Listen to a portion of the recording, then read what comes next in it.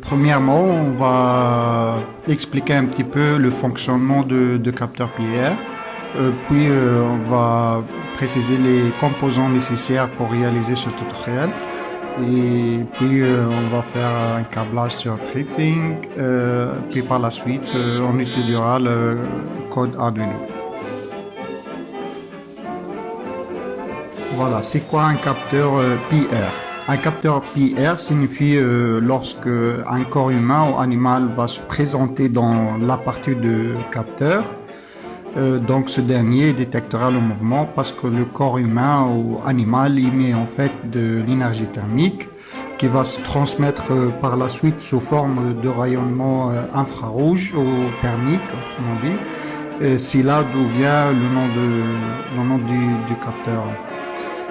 Et voilà, ce capteur est de type passif, ce que signifie qu'il n'utilise aucune énergie pour détecter, plutôt il fonctionne simplement en détectant le changement thermique dans son environnement.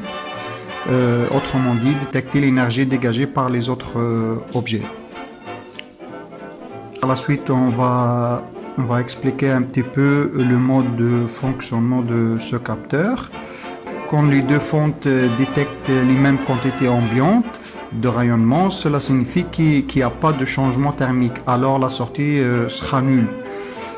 Puis par la suite, le changement de température dans l'un des deux fentes signifie la présence d'un objet thermique dans la zone de détection, et puis la sortie sera active.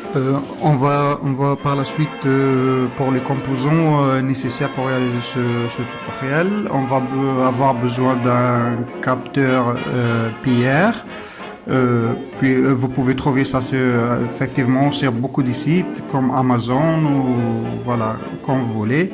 Et puis une carte Arduino board, puis breadboard pour pouvoir effectuer notre câblage et puis quelques câbles.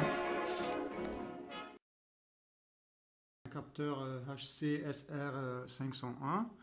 Voilà, comme vous voyez, il existe trois bornes, le VCC, le out qui est situé au milieu, et puis la borne GND qui est partie.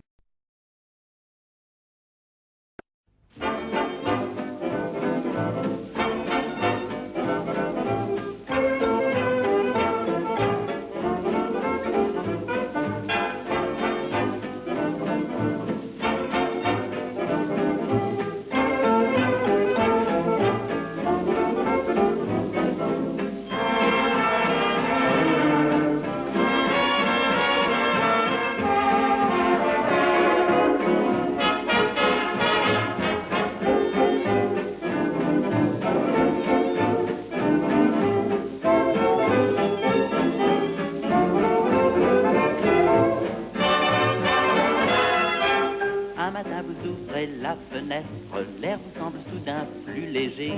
C'est comme un frisson qui vous pénètre, il y a quelque chose de changé.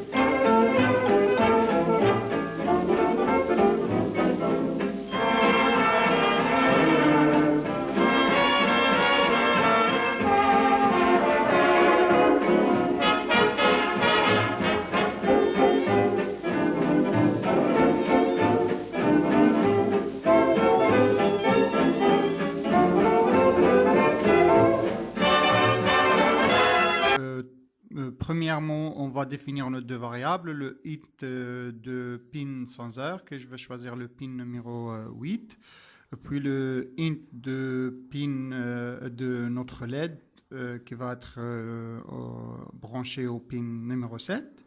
Voilà, puis après dans le digital setup, le pin mode qui va être voilà, le pin sensor qui va être défini comme input et le LED qui va être défini comme output.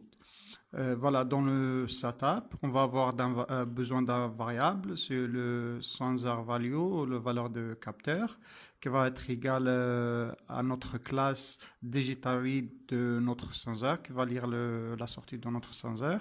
Puis par la suite, on va faire une condition. On va dire si la valeur de notre capteur est égale à 1, alors digital write dans notre LED, ça sera low. On va compiler notre programme et on voit bien que ça fonctionne parfaitement.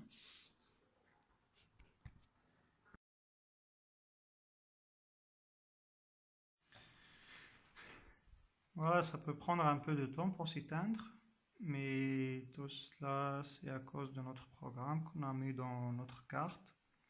Et voilà, c'est une Arduino Uno, ça prend du temps pour faire les calculs aussi. Et voilà, notre capteur, il va s'assurer qu'il n'y a aucun objet qui se présente dans son contour. Puis voilà, il va refaire ça plusieurs fois. Et s'il n'y a aucun objet détecté, voilà, il va s'éteindre, comme vous voyez. Voilà, il est éteint maintenant. Puis voilà, un objet qui est détecté. Et puis notre LED, il s'allume encore.